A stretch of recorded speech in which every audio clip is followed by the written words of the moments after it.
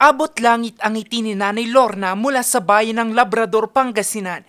Muli na kasi siyang makakapagpatakbo ng isang negosyo matapos ma-mild stroke. Ang kanyang naisip, mini talipapa sa ilalim ng Talipapa Enterprise Project ng Department of Labor and Employment. Para sa akin, at least hindi na ako hihingi ng hihingi.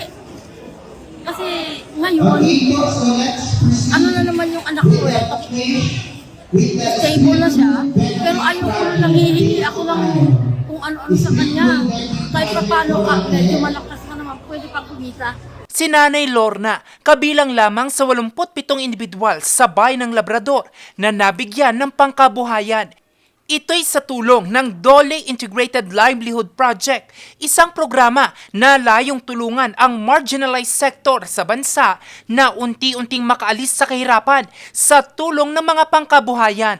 Nasa higit 3 milyong piso ang ipinamahaging pangkabuhayan gaya na lamang ng mga food kiosk, talipapa, backyard swine production at iba pa. Maraming salamat po kasi kasi kami mga hirap, tapos bigyan niyo po kami ng ganitong pagkakataon na nabigyan ng mga alagi kami, sana mapangipa namin. So ito is intended to provide them livelihood assistance. Na sa ganun po ay maramdaman nila na ang pamahalaan ay magmamahal sa kanila.